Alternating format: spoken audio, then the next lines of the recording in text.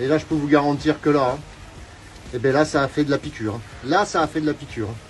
On a majoritairement affaire au frelon asiatique. C'est un insecte parfait. Il a 2 paires d'ailes parfaitement mobiles, ce qui lui permet déjà d'aller très vite. Il a une paire de mandibules qui est hors norme, donc il arrive à couper les chairs. Il projette du venin avec un mélange d'urine et de venin, et il a 6 mm de dard. Donc en fait, ça devient de l'intraveineuse et ça va dans le sang. Et le problème, c'est que c'est du poison. Moi, ma journée, c'est de détruire des nids de frelons. Alors, hop, on va rentrer tout doucement. On traite à minuit ou à midi, c'est pareil. On va injecter un produit à l'intérieur du nid de frelon. Du coup, comme c'est un ballon, l'insecticide se propage partout dans le nid. Et même si on l'a pas propagé partout dans le nid, c'est les insectes eux-mêmes qui vont emmener le produit partout dans le nid. Donc en 15 minutes, le nid est neutralisé. Voilà ce qu'on peut trouver dans un nid de frelon. Ce n'est que des étages, en fait tout ça c'est la nurserie. Ouais, à chaque alvéole vous avez un frelon. Le truc plein il fait 15 kilos. Quand vous voyez les nids de frelons avec des poches d'air, des isolations, des fois moi j'ai des nids qui ont tenu 5-6 ans en place, on a tout à apprendre. Vous voyez cette structure en papier, là en cellulose, hein, comme d'habitude. Regardez l'isolation qu'ils ont faite. 27,2. Si vous venez pas l'embêter, ça risque rien. Si vous passez 2-3 fois en faisant des vibrations, c'est un insecte qui est vraiment susceptible, donc en effet il va venir vous attaquer.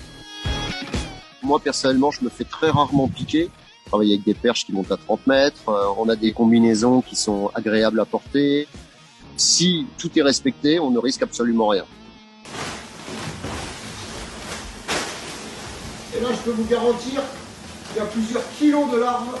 Je suis arrivé sur un très gros nid de frelons européen dans un arbre. Et au moment où je me suis équipé, j'ai été distrait.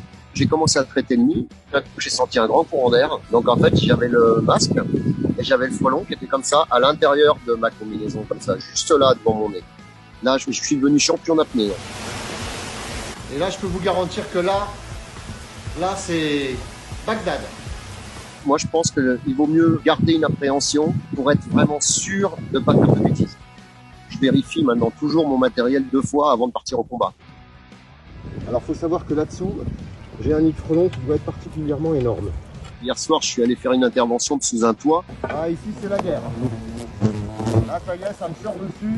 Le temps que je trouve le nid, j'ai quasiment toute la population du nid de frelons qui m'est tombée dessus. C'est un nuage de frelons qui viennent vous taper dans tous les sens, qui cherchent la faille, qui cherchent à rentrer, qui cherchent à vous tuer. On n'en a pas souvent, on est comme ça. Pour être franc, c'est la plus grosse attaque que j'ai prise depuis au moins 10 ans, j'ai l'impression. J'en ai partout sur le cap, là. Partout. C'est très stressant. Les frelons connaissent les humains connaissent pas les frelons. Si vous commencez à attaquer cet insecte, faut savoir que lui, il a des moyens de défense que vous n'avez pas. Si jamais vous vous loupez en tant que particulier, vous n'êtes pas équipé comme nous, c'est vite l'hôpital, le SMUR, au meilleur des cas. Le venin, c'est pas bon pour personne. En tout cas, un nid en moins, c'est toujours quelques abeilles en plus.